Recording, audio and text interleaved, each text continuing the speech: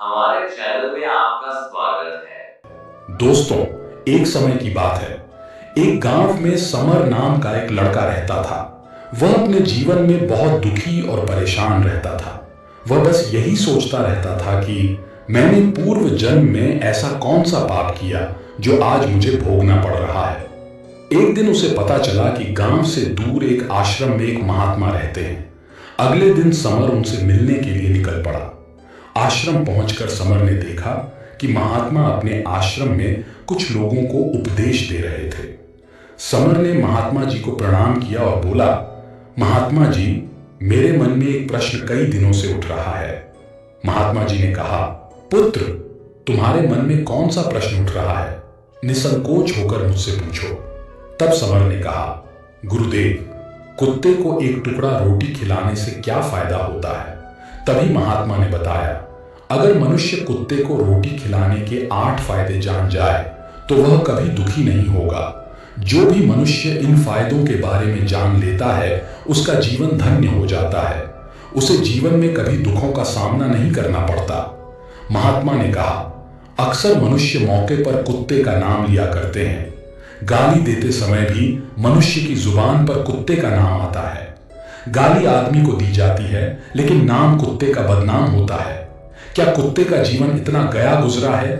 मैं तुम्हें एक कहानी सुनाता हूं, ध्यान से सुनना, फिर तुम्हें सब समझ आ जाएगा। एक समय की बात है। एक काला कुत्ता था। वह बहुत ही लाचार और भूखा प्यासा था। वह गांव में सबके घर जाता था, परंतु कोई भी उसे एक टुकड़ा रोटी तक नहीं देता था। वह भूख के मारे इधर उधर भटकता रहता था। एक दिन वह कुत्ता गांव के बाहर नदी किनारे एक ऋषि के आश्रम में पहुंच गया और उनसे कहने लगा, मुझे लगता है कि आप बहुत विद्वान और ज्ञानी हैं, इसलिए मैं भूखा प्यासा आपके पास आया हूं। कृपया मुझे एक टुकड़ा रोटी दे दीजिए ताकि मैं अपनी भूख मिटा सकूं। ऋषि ने कहा, क्या तुम्हें गांव में किसी ने रोटी नहीं दी जिसे खाकर तुम अपनी भूख मिटा सको? कुत्ते ने उत्तर दिया, आप मेरी बात पर विश्वास नहीं करेंगे। तभी ऋषि ने कहा, तुम मुझे अपनी बात बताओ, मैं अवश्य विश्वास करूंगा। कुत्ता बोला, मुनिवर, दुनिया के लोग हम पर रहम नहीं करते। हमारा कोई घर नहीं होता, कोई आसरा नहीं होता, हमें कमाकर खाना नहीं आता, हमारे पास वस्त्र नहीं है। सर्दी, गर्मी, बरसात में हमें ऐसे ही घूमना पड़ता है। हमें पढ़ना लिखना नहीं आता, अनुशासन और बोलने का ज्ञान भी नहीं है, लेकिन हमें आपकी तरह भूख लगती है। चोट लगने पर हमें भी पीड़ा होती है, हमें आपकी तरह रोना भी आता है। इन 3 बातों में हम आपके बराबर ही हैं, इसलिए हम पर दया दिखाइए और हमें कष्ट मत दीजिए। ईश्वर ने वैसे ही हमें कष्ट देकर भेजा है, ऊपर से आप लोग हमें परेशान करते हैं।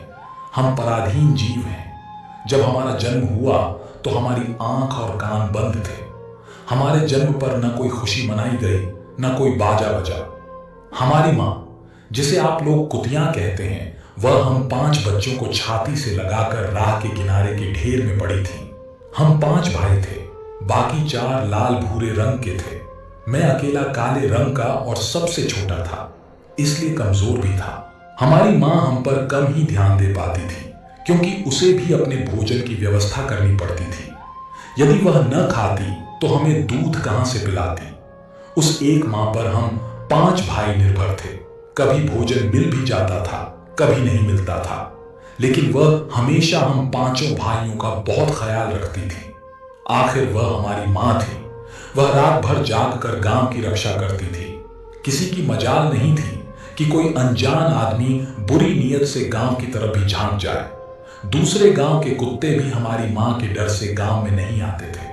गांव के किसी किसान के खेत में कोई जानवर खड़ी फसल खाने आता तो हमारी माँ उसे दौड़कर भगा देती थी। गांव वालों के लिए इतना सब करने के बाद भी कोई मनुष्य हमारी माँ को भोजन तक नहीं देता था।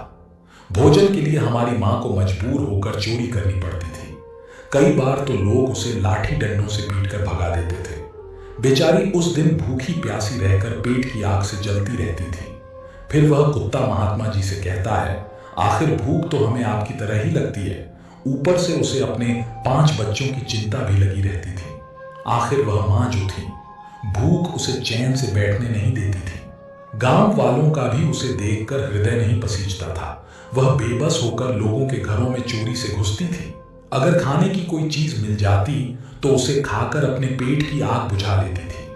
कई बार लोग उसे खाने की वस्तु ले जाते हुए देख लेते थे तो लाठी डंडे लेकर उसके पीछे दौड़ते थे। कुछ निर्दयी लोग तो कई बार उसे घर के अंदर बंद करके पीटते थे। हमारी माँ का बुरा हाल कर देते थे।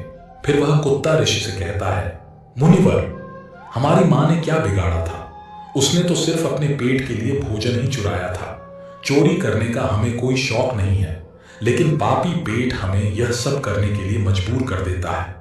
एक दिन की बात है, बड़ी जोरदार बरसात हो रही थी। ओले पड़े थे, ठंडी हवा चल रही थी। उस ठंड में ठिठुर कर हमारे 3 भाई मर गए। उस दिन हमारी माँ बहुत रोई थी, लेकिन मनुष्य हमारी पीड़ा को नहीं समझा क्योंकि उसके बच्चे थोड़े ही मरे थे। अब हम सिर्फ 2 भाई रह गए थे। हमारी माँ हम दोनों की अच्छे से देखभाल करने लगी। फिर एक दिन उसी गांव में ठाकुर साहब के घर पर दावत चल रही थी। अनेक प्रकार की मिठाइयां बन रही थी। ठाकुर साहब के घर काफी मेहमान आए हुए थे। हमारी माँ कुछ खाने की तलाश में बार बार उधर जाती थी, लेकिन लोग उसे दुत्कार कर भगा देते थे। किसी को उस पर इतना भी तरस नहीं आया कि एक रोटी उस बेचारी को खाने को दे दें। एक रोटी से उनका क्या बिगड़ जाता? हमारी माँ बार बार जाकर खड़ी खड़ी देखती रहती थी। दावत का सिलसिला चालू हुआ। भोजन परोसा जाने लगा। हमारी माँ भी वहीं जाकर बैठ गई और पूछने लगी। खाना परोसने वाला आदमी जब किसी काम से भीतर गया तो हमारी माँ रोटी लेने के लिए चल पड़ी। तभी एक आदमी ने उसे जाते हुए देख लिया। चारों ओर लोग चिल्लाने लगे और उसकी तरफ भागे। मेरी माँ उनकी चीख सुनकर घबरा गई। 2-3 आदमी लाठी लेकर उसके पीछे दौड़े। मेरी माँ वहां से घबराकर भागने लगी, लेकिन उसे वहां से निकलने का कोई रास्ता नहीं मिला क्योंकि सामने से लोग लाठी डंडे लेकर आ रहे थे। तभी मेरी माँ वहां भोजन कर रहे लोगों को लांग कर निकल गई। महात्मा ने कहा, आगे कुत्ता कहता है, मेरी माँ अपने निकलने से इतनी हैरान नहीं थी जितनी उन लोगों को देखकर हुई जो वहां दावत खा रहे थे।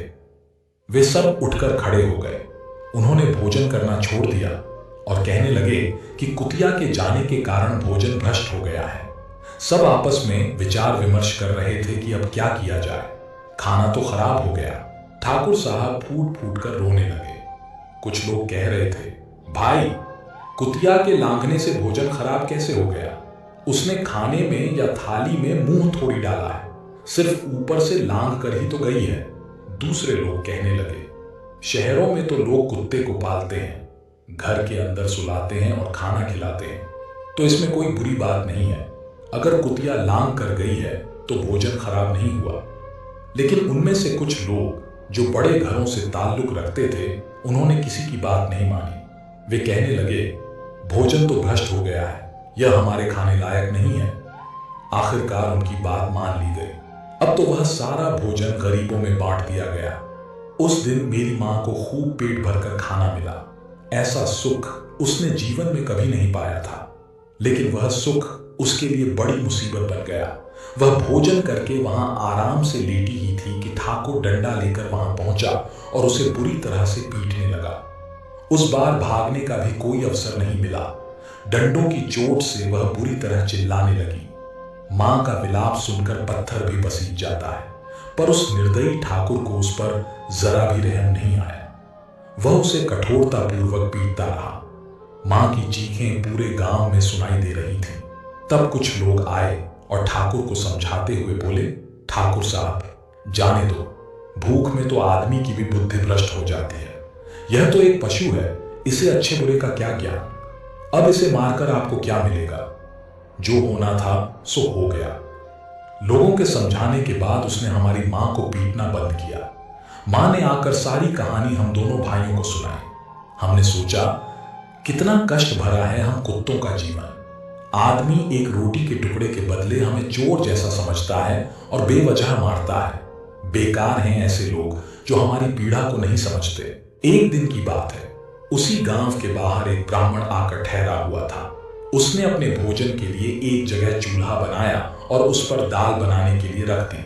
उसके बाद आटा गूंथ कर रख दिया और वहीं पास के कुएं पर पानी लेने चला गया। इधर कहीं से मेरी माँ भी घूमती हुई वहीं पहुंच गई। उसने आटे को देखा और सोचने लगी, शायद यह आटा किसी के खाने के लिए नहीं रखा है। यह सोचकर वह उस आटे को खाने लगी। इधर उस ब्राह्मण ने कुएं के पास से देखा कि उसकी रोटी का आटा एक कुतिया खा रही है। यह देखकर वह बड़ा दुखी हुआ। वह बेचारा रोने लगा। कुछ लोगों ने उसे कहा, अरे ब्राह्मण देवता, इस कुतिया ने तुम्हारा भी आटा बिगाड़ दिया। कल तो इसने ठाकुर साहब की पूरी रसोई खराब कर दी थी। ब्राह्मण दुखी होते हुए बोला, भाई, मुझे क्या मालूम था कि यह दुष्ट कुतिया मेरे आटे को खाने के लिए घात लगाए बैठी है। ब्राह्मण अब बहुत गुस्से में आकर लाठी लेकर उस कुतिया के ऊपर टूट पड़ा। मां उस आटे को ठीक से खा भी नहीं पाई थी कि उस पर लाठियां बरसने लगी। महीने भर तक मेरी मां लड़खड़ाते हुए घूमती रही। तब उसे समझ में आया कि आदमी कितना खुदगर्ज है। हम उसका कितना भी काम करें, वह हमें नहीं समझता।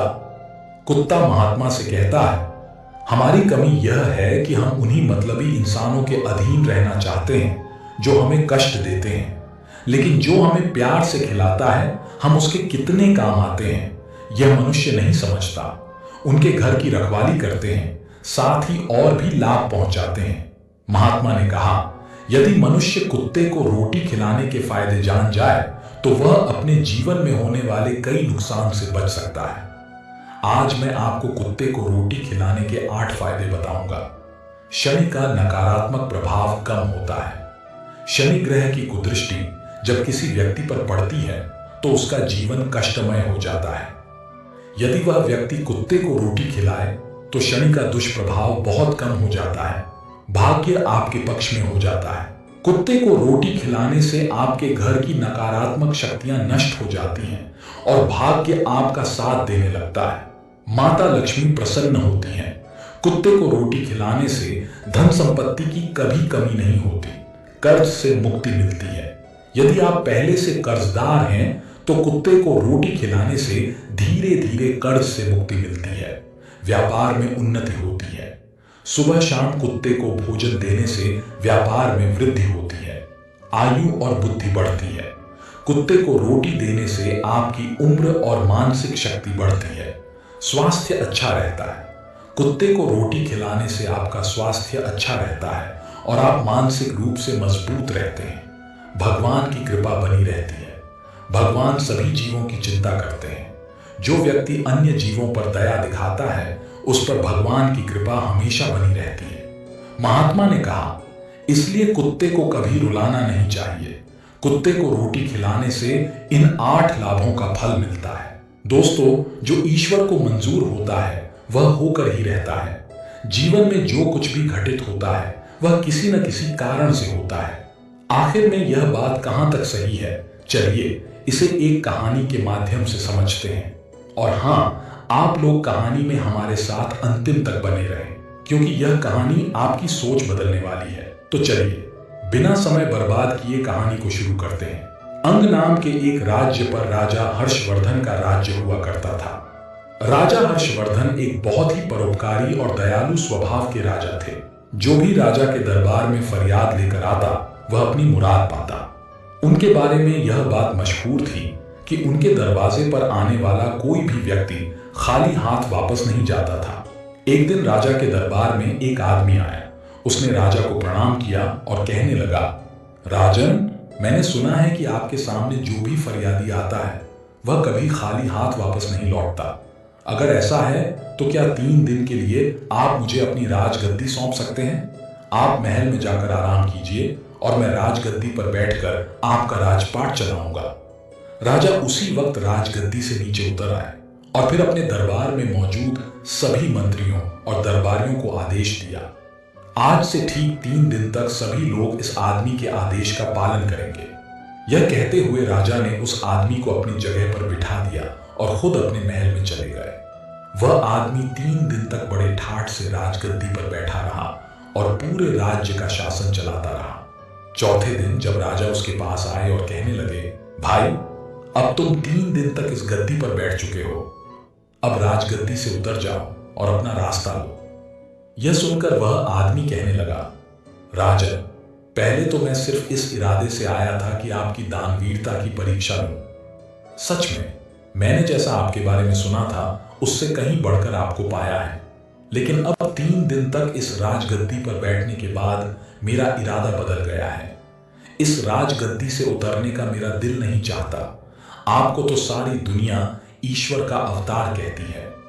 मैं आपसे प्रार्थना करता हूं कि यह राजगद्दी और राजपाट ईश्वर के नाम पर मुझे दान में दे दीजिए।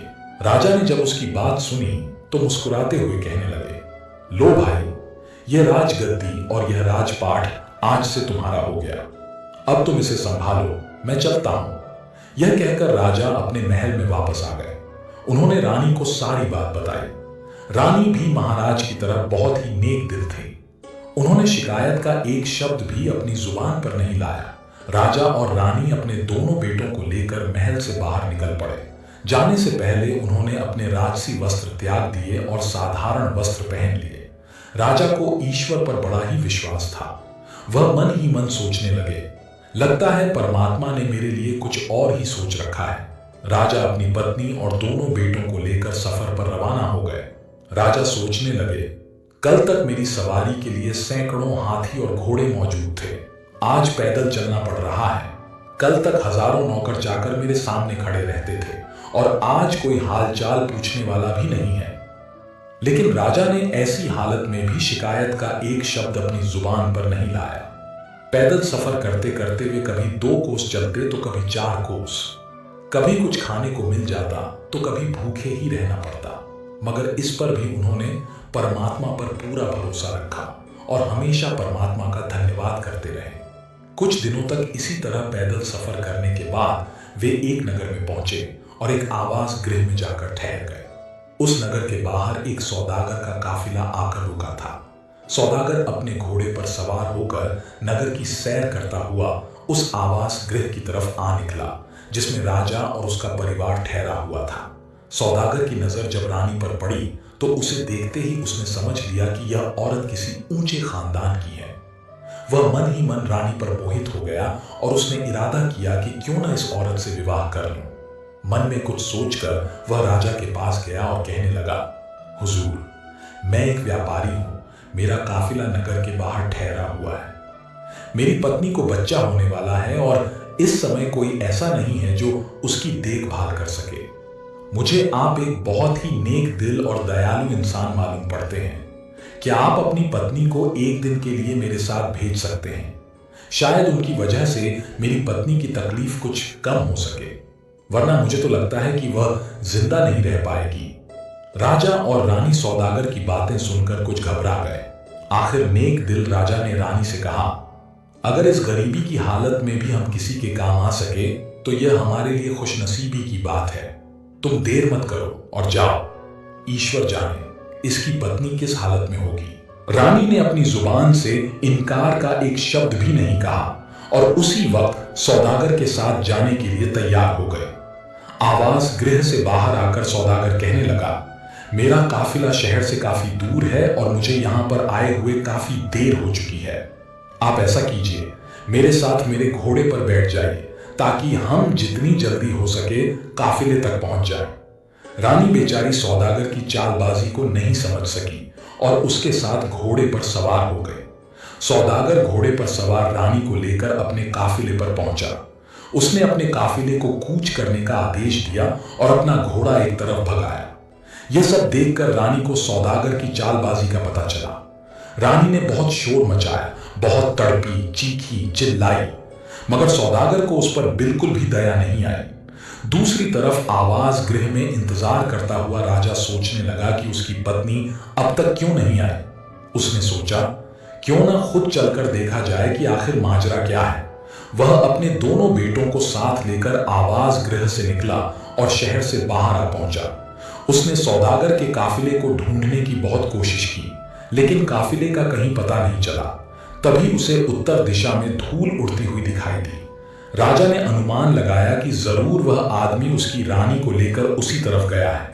राजा भी अपने दोनों बेटों को लेकर उसी दिशा की तरफ चल दिया जिस तरफ काफिला गया था। थोड़ी दूर चलने के बाद राजा रास्ता भटक गया और कहीं दूसरी जगह जा निकला जहां उसके सामने एक नदी बह रही थी। राजा ने इधर उधर देखा कि शायद नदी पार करने के लिए कोई नाव मौजूद हो, लेकिन वहां पर कोई नाव नहीं थी। उसने कुछ देर तक सोचा और फिर बड़े लड़के को नदी के किनारे पर बिठाया, छोटे लड़के को अपने कंधे पर बिठाया और नदी में उतर गया। राजा का इरादा था कि पहले छोटे बेटे को नदी के पार पहुंचा देगा और फिर वापस आकर बड़े बेटे को ले जाएगा। लेकिन इंसान सोचता कुछ और है और होता कुछ और है। वह छोटे लड़के को कंधे पर उठाकर बड़ी मुश्किल से नदी के बीचों बीच पहुंचा। तभी उसे बड़े लड़के की चीख सुनाई दी। उसने मुड़कर देखा तो एक जंगली भालू उसके बेटे पर हमला करने वाला था। राजा अपने बेटे की चीख सुनकर घबरा गया। घबराहट की वजह से राजा के कंधे पर बैठे छोटा बेटा नदी में गिर गया और बह गया। अब तो राजा खुद भी बहुत परेशान हो गया। वह जैसे तैसे नदी के एक किनारे तक जा पहुंचा। राजा यह समझ रहा था कि उसके बड़े बेटे को जंगली भालू ले गया और छोटा बेटा नदी में डूब गया। पहले तो राजपाट हाथ से गया, फिर रानी भी मुझसे छीन गए। अब दोनों लड़के भी मुझसे बिछड़ गए। राजा मन ही मन बहुत दुखी था। इसी हालत में वह चलते चलते दोपहर के समय एक नगर के पास जा पहुंचा।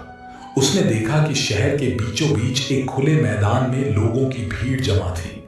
भीड़ को देखकर राजा हैरान हो गया और सच्चाई मालूम करने के लिए उस तरफ बढ़ने लगा। उस नगर का यह रिवाज था कि वहां के राजा की जब मौत हो जाती थी तो सभी दरबारी और मंत्री शहर के लोगों के साथ एक मैदान में इकट्ठा हो जाते थे। फिर एक बाज को उड़ाया जाता। यह बाज जिसके भी सिर पर बैठ जाता उसी को राजा मान लिया जाता था और राजगद्दी भी सौंप दी जाती थी, और इसी कारण से वहां पर लोगों की भीड़ जमा थी। बाज छोड़ा जा चुका था, मगर अभी तक वह किसी के सिर पर नहीं बैठा था। किस्मत शायद उसी राजा का इंतजार कर रही थी। जैसे ही राजा वहां पर पहुंचा, बाज जाकर उसके सिर पर बैठ गया। बाज का उसके सिर पर बैठना था कि तुरंत सभी दरबारी हाथ जोड़कर उसके सामने आ खड़े हो गए और उसे अपना राजा मान लिया। वे सभी उससे प्रार्थना करने लगे, चलिए महाराज, अब आप ही इस देश के राजा हैं, चलकर अपनी गद्दी संभालिए। लेकिन राजा ने कहा, अरे भाई, मैं तो खुद राजपाट छोड़कर आया हूं। अपना राजपाट छोड़कर ही मैंने यह फकीरी हासिल की है। अब मुझे किसी भी तरह के राजपाट की कोई इच्छा नहीं है। राजा का ऐसा कहना था कि दरबारी समझ गए कि हमें इससे अधिक अच्छा राजा नहीं मिल सकता। वे सभी जिद करने लगे, आप ही हमारे राजा हैं। राजा के बार बार मना करने पर भी लोगों ने उसे अपना राजा बनाकर ही दम लिया। उसे राजा के कपड़े पहनाए गए, सर पर मुकुट रखा गया और महल में ले जाकर उसे राजगद्दी पर बिठाया गया। इसके बाद कई दिनों तक उस नगर में नए राजा के चुने जाने की खुशी में उत्सव मनाया गया। राजा ने भी मन ही मन इस राज्य को ईश्वर का पुरस्कार समझा और उस राज्य का राजपाट चलाने लगा। मगर दिल ही दिल में राजा दुखी रहता था। जब भी उसे अपनी पत्नी और अपने बेटों की याद आती तो उसकी आंखें नम हो जाती। अब जरा उन बेटों का भी हाल सुनिए। जिस लड़के को जंगली भालू उठाकर ले गया था, उसे रास्ते में ही एक शिकारी की नजर पड़ी। उसने अपना तीर कमान पर चढ़ाया और निशाना सीधा भालू पर लगाया। भालू वहीं पर ढेर हो गया और लड़के की जान बच गई। जो लड़का नदी में डूब गया था उसे एक मछुआरे ने बचा लिया। ये दोनों ही आदमी के औलाद नहीं थे और उन्होंने इन दोनों लड़कों को अपनी औलाद समझकर इनका पालन पोषण किया। ये दोनों ही आदमी उसी नगर के रहने वाले थे जहां इन लोगों का पिता राजा बन चुका था। दोनों ही लड़के अपने अपने घर में बड़े हुए और वहां के राजा की सेना में वे भर्ती हो गए। भाग्य का खेल ऐसा हुआ कि उन दोनों को राजा का अंगरक्षक बना दिया गया। समय बीतने की वजह से दोनों लड़कों की शक्ल सूरत अब बिल्कुल बदल चुकी थी। ना तो राजा उन्हें पहचान सका कि यह उसी के बेटे हैं और ना ही उन लड़कों को समझ में आया कि राजगद्दी पर जो इंसान बैठा है वही उनका पिता है। बल्कि उन दोनों को तो यह भी एहसास नहीं हुआ कि वे दोनों सगे भाई हैं। यह भी कुदरत का ही खेल था कि वे इकट्ठे होकर भी अलग अलग ही थे। अब वे दोनों लड़के अंगरक्षक के रूप में हमेशा राजा के साथ ही रहते थे। राजा जब उनसे बातें करता तो उसे बहुत ही अच्छा महसूस होता। उन दोनों लड़कों से बातें करके राजा के मन को बहुत ही सुकून मिलता। दरअसल यह हुआ कि वह धोखेबाज सौदागर जो रानी को उठाकर ले गया था, इसी नगर में आ गया। इस दौरान सौदागर ने लाख कोशिश की कि रानी उससे शादी कर ले, मगर वह नेक औरत किसी भी तरह से शादी के लिए राजी नहीं हुई। सौदागर उसे एक अलग कक्ष में रखता था और उसकी कड़ी निगरानी की जाती थी। इस सौदागर का यहाँ के पहले राजा के दरबार में अक्सर आना जाना रहता था। सारे दरबारी और मंत्री इस सौदागर को अच्छी तरह से पहचानते थे।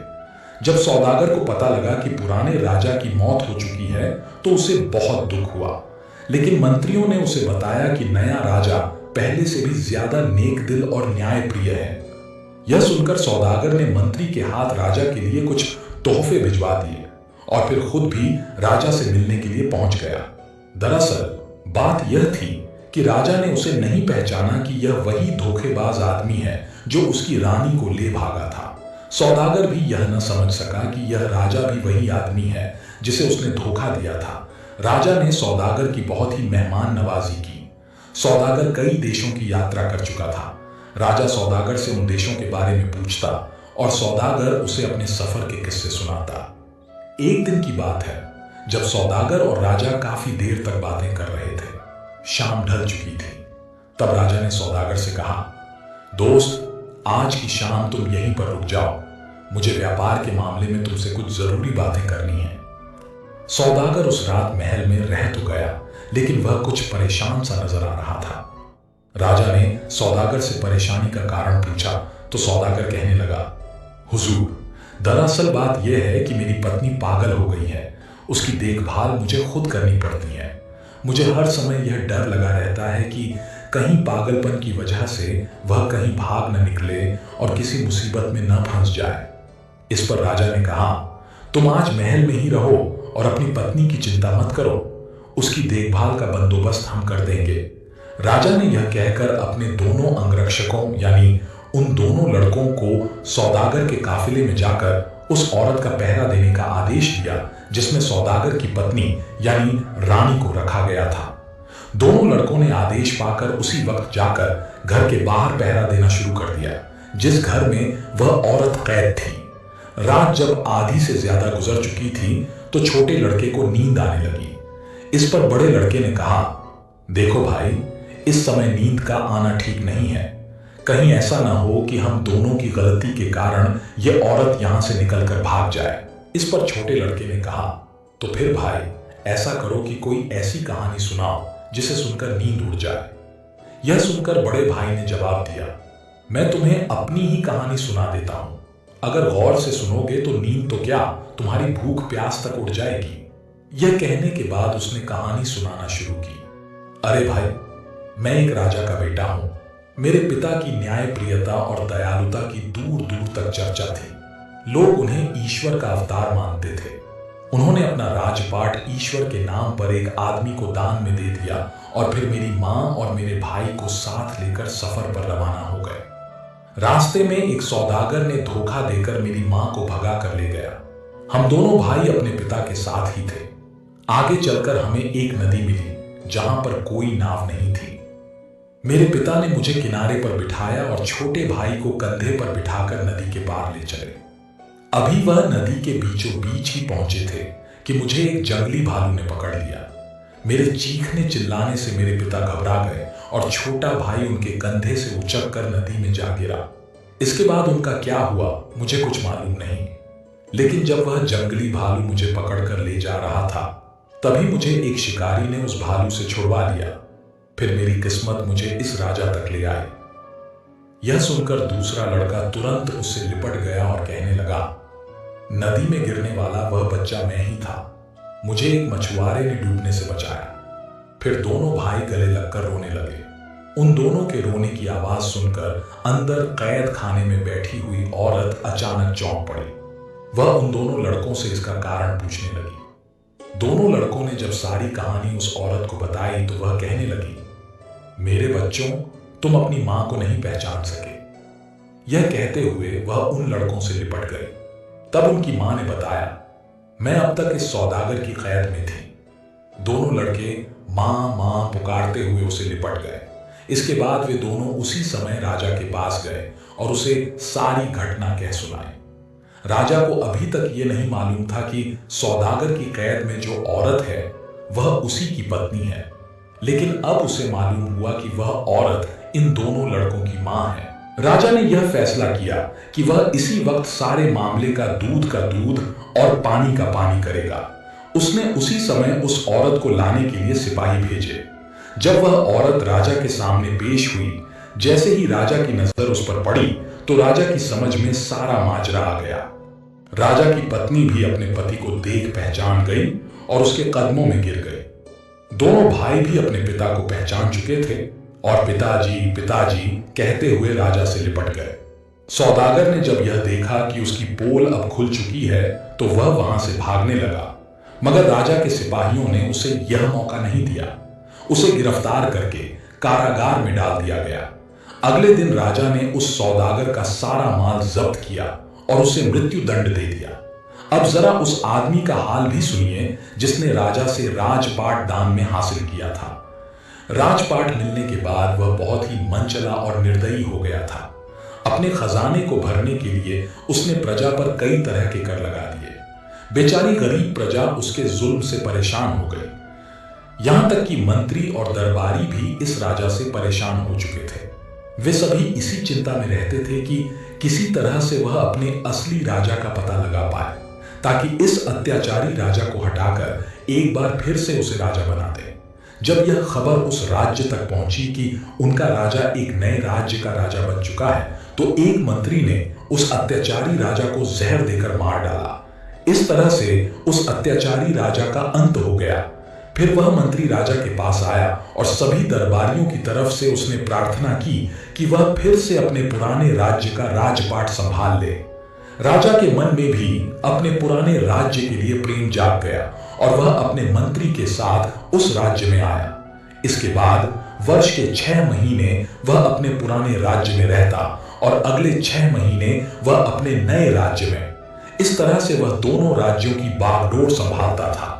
कुछ ही वर्षों के बाद जब राजा के दोनों पुत्र राजपाट संभालने के योग्य हुए, तो राजा ने उन दोनों को एक एक राज्य का राजा बना दिया। इस प्रकार से राजा और उसका परिवार खुशी खुशी जीवन जीने लगा। दोस्तों, कहते हैं कि ईश्वर को जो मंजूर होता है वही होकर रहता है। जब हम अपनी राहों में आने वाली मुश्किलों को समझते हैं तो हम जान पाते हैं कि हर बाधा हमें एक नई दिशा देती है। कभी भी अपने प्रयासों से पीछे मत हटो, क्योंकि ईश्वर का विश्वास हमेशा हमारे साथ होता है। अगर हम ईश्वर की इच्छाओं के अनुसार चलते हैं तो हमारे सपने साकार होते हैं। संघर्ष से ही सफलता की ओर रास्ता खुलता है और यही जीवन का असल सच है। कभी भी हार मत मानो, क्योंकि सफलता उन्हीं को मिलती है जो अपनी पूरी मेहनत और ईश्वर के प्रति विश्वास बनाए रखते हैं। परेशानी में जो अनुभव और सीख मिलती है, वह सीख दुनिया का कोई भी स्कूल नहीं दे सकता। अपने रास्ते खुद चुनिए, क्योंकि आपको आपसे बेहतर कोई नहीं जानता। ऊपर वाले की अदालत में वकालत नहीं होती और सजा हो जाए तो जमानत नहीं होती। जो तुम्हें रोता छोड़कर जा सकता है, याद रखना वह तुम्हें खोकर कभी नहीं रोएगा। हमेशा अकेले रहने के लिए तैयार रहो, क्योंकि लोग अचानक बदल जाते हैं। हमें तो वहां से भी दर्द मिला जहां से सुकून की उम्मीद थी। याद रखना, एक अच्छी जिंदगी बहुत बुरे वक्त से गुजर कर आती है। गलतियां इस बात का सबूत हैं कि आप कोशिश कर रहे हैं।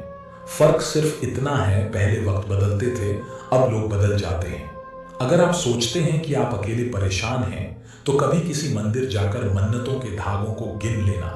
जो गया वह मेरा नहीं, जो मेरा है वह कहीं जाएगा ही नहीं। वह हाथ सदा पवित्र होते हैं जो प्रार्थना से ज्यादा मदद के लिए उठते हैं। जरूरत से ज्यादा वक्त और इज्जत देने से लोग आपको फालतू समझने लगते हैं। किसी को सुनने से ज्यादा समझना चाहिए। हर कोई उतना नहीं कह पाता जितना वह महसूस करता है। अच्छे दिन के चक्कर में उम्र गुजर जाती है, फिर पता चलता है कि जो गुजर गए वही अच्छे दिन थे। हकीकत यह है कि आजकल लोग औकात देखकर ताल्लुक रखते हैं। जो है उसी में खुश रहना सीखो। अगर ज्यादा सोचोगे तो जो है उसे भी खो दोगे। उम्मीद वक्त का सबसे बड़ा सहारा है। अगर हौसला हो तो हर मुकाम हमारा है। केवल भगवान का साथ चाहिए। रिश्तेदार तो रावण के भी 1 लाख थे। सिर्फ सांसें चलते रहने को ही जिंदगी नहीं कहते। आंखों में कुछ ख्वाब और दिल में उम्मीदें होना भी जरूरी है। जीवन में सारा खेल विचारों का है। विचार अच्छे रखिए, सब अच्छा होगा। बुरा वक्त ही सिखाता है कि सही वक्त किसके साथ गुजारना है। सबको आजमा कर देख लिया, अगर पैसा पास ना हो तो कोई साथ नहीं देता। मैं उस सीढ़ी से फिसला जिसके ठीक बाद छत आनी थी। छोटी सी जिंदगी है, गुरूर नहीं शौक रखिए। कोई शौक से नहीं रोता, आंसू तभी आते हैं जब दर्द बर्दाश्त नहीं होता। अनुभव उम्र से नहीं, परिस्थितियों का सामना करने से आता है। दुख आने के बाद सुख भी किसी न किसी मोड़ पर इंतजार कर रहा होता है। खामोश होकर नेक कर्म कीजिए, दुआ खुद ही बोल पड़ेगी। अक्सर हमारे खास रिश्ते उस वक्त नजर ही नहीं आते हैं जब हमको उनकी सख्त जरूरत होती है। फर्क सिर्फ इतना है कि किताबों से सीखो तो नींद आती है, और अगर जिंदगी सिखाए तो नींदें ही उड़ जाती हैं। कई बार कुछ झूठ इतने बड़े होते हैं कि वह हकीकत को भी छोटा कर देते हैं। क्यों ना 7 फेरों को कम किया जाए, जितने निभाए जा सके उतने ही लिए जाएं। एक बुरी आदत आज भी है मुझ में कि मैं किसी को माफ करके भी माफ नहीं करता। भरोसा चाहे सब पर करो, लेकिन कभी किसी के भरोसे मत रहो। कभी भी किसी की सुनाई बातों पर तुरंत भरोसा मत करना, क्योंकि लोग आपको वह बातें कभी नहीं बताते जिनमें वह खुद गलत होते हैं।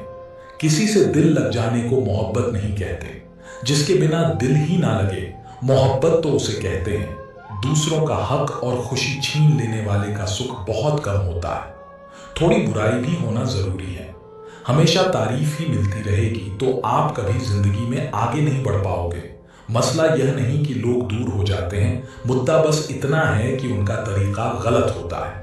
किसी के साथ धोखेबाजी करके कभी खुश मत होना, क्योंकि तकदीर जब तमाचा मारती है तो वह मुंह पर नहीं सीधा रूह पर लगता है। हर आदमी सुंदरता चाहता है और हर सुंदरता पैसा चाहती है। जब थोड़ी फुर्सत मिले मन की बात कह दीजिए, क्योंकि बहुत खामोश रिश्ते ज्यादा दिनों तक जिंदा नहीं रहते। जब बात किसी की जरूरत की हो तो जुबान सबकी मीठी हो जाती है। अहंकार का बस इतना ही सच है कि यह दिल से जुड़े रिश्ते भी खा जाता है। जो लोग खुद को हर जगह जबरदस्ती एडजस्ट कर देते हैं, ऐसे लोग हमेशा दुखी रहते हैं। इस दुनिया में अधिकतर लोग ऐसे ही होते हैं जो साथ बैठकर आपके साथ हंसते हैं और पीठ पीछे आपको डंसते हैं। जिंदगी तभी आसान होगी जब आप दूसरों से उम्मीद कम और खुद पर यकीन ज्यादा करोगे। यह दोहरे मुंह वाले लोग पता नहीं ऊपर वाले को क्या मुंह दिखाएंगे। दुनिया का सबसे गलत इंसान वह है जिसे यह लगता है कि हर बार हर चीज में सिर्फ वही सही है। जिंदगी में कुछ पाने के लिए जिद होनी चाहिए, वरना उम्मीद तो हर कोई लगाकर बैठा है। भरोसा भी कांच की तरह होता है, एक बार टूट जाए तो चेहरे अलग अलग दिखाई देने लगते हैं। अकेला रहकर अकेला महसूस करना तकलीफ देता है, लेकिन सबके साथ रहकर खुद अकेला महसूस करना इंसान को अंदर से मार देता है। जब किसी को आपके साथ रिश्ता खत्म करना होता है तो सबसे पहले वह आपसे बात करना कम कर देता है, धीरे धीरे दूरियां बनाता है, फिर आपको इग्नोर करता है और अंत में यह महसूस कराता है कि आप जिंदा रहो या मर जाओ, उसे कोई फर्क नहीं पड़ता। जिंदगी में अगर अपनी कीमत बढ़ानी है तो तपना तो पड़ेगा ही। कोई भी काम शांत तरीके से करो, क्योंकि शेर शिकार करते समय चिल्लाता नहीं है। सच तो यह है कि सफर के ही मजे लेने चाहिए, वरना हर किसी की मंजिल तो श्मशान में ही है। कोई अगर आपके लिए गड्ढा खोदता है तो परेशान मत होना, क्योंकि वही लोग आपको छलांग लगाना सिखाएंगे। मुझे जरूरत नहीं उस इंसान की जो अपने मतलब के लिए मेरे साथ है। बहुत खुशनसीब होते हैं वह लोग जिनका प्यार उनकी कदर भी करता है और इज्जत भी करता है।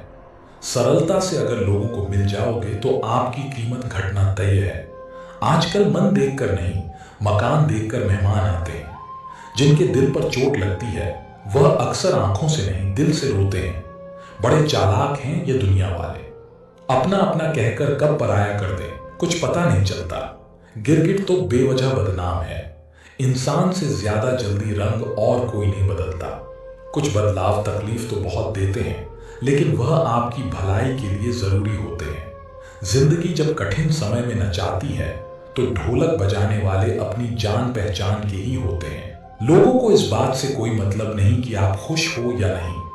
उन्हें फर्क बस इस बात से पड़ता है कि आप उन्हें खुश रखते हैं या नहीं। दुख भोगने वाला आगे चलकर सुख भोग सकता है, लेकिन दुख देने वाला कभी सुखी नहीं हो सकता।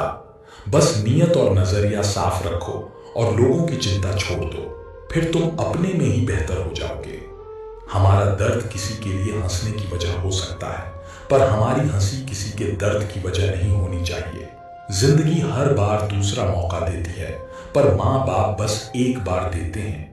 जब तक रास्ते समझ में आते हैं तब तक लौटने का समय हो जाता है। यही जिंदगी है, इसलिए जीवन के हर एक पल को खुलकर जिए। जिंदगी में खुद को कभी किसी इंसान का आदी मत बनाइए, क्योंकि इंसान बहुत खुदगर्ज होता है। जब आपको पसंद करता है तो आपकी बुराई भूल जाता है, और जब आपसे नफरत करता है तो आपकी अच्छाई भूल जाता है। जो सही है वह हमेशा लोकप्रिय नहीं होता, और जो लोकप्रिय होता है वह हमेशा सही नहीं होता। कई सारे मजाक सिर्फ मजाक नहीं होते, बल्कि चतुराई से कहे गए सच होते हैं। माना कि समय बहरा है, किसी की नहीं सुनता, लेकिन वह अंधा नहीं है, देखता सबको है। अगर यकीन ना हो तो बिछड़ कर देख लो, तुम सबसे मिलोगे मगर हमारी ही तलाश में। यदि आप नंगे हैं तो कपड़े मत खरीदो, सिर्फ पैसा कमा लो। यह समाज आपके नंगेपन को फैशन समझने लगेगा। मत सोचो इतना जिंदगी के बारे में। जिसने जिंदगी दी है उसने भी तो कुछ सोचा होगा। लोग जरूरत के मुताबिक इस्तेमाल करते हैं और हम समझते हैं कि लोग हमें पसंद करते हैं। यही तो भ्रम है जिंदगी का। कदर उनकी करो जो तुम्हें बेवजह चाहते हैं, क्योंकि इस कलयुग में ख्याल रखने वाले बहुत कम हैं और तकलीफ देने वाले हजारों। किसी की गरीबी देखकर रिश्ता मत तोड़ना, क्योंकि जितना मान सम्मान गरीबों के घर मिलता है उतना अमीरों के घर पर नहीं।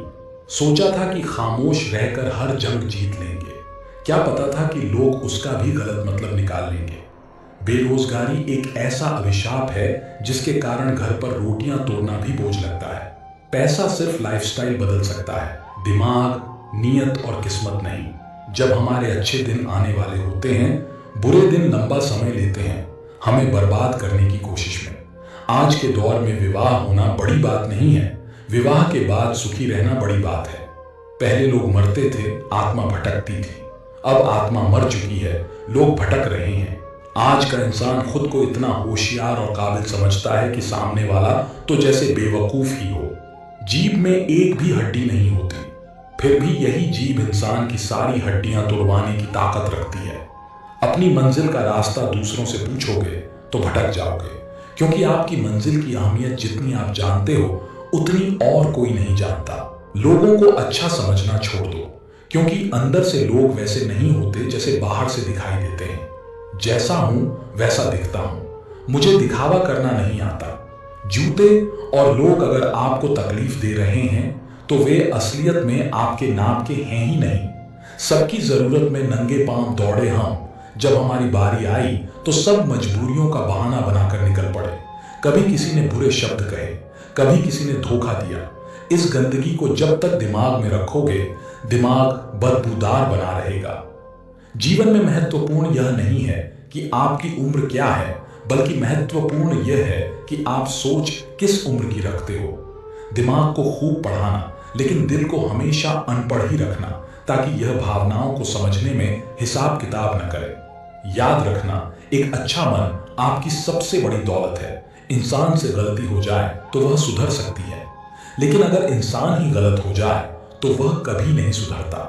अपनी जिंदगी में लोगों को इतना भी हक मत दो कि कोई भी आकर आपको तोड़कर चला जाए।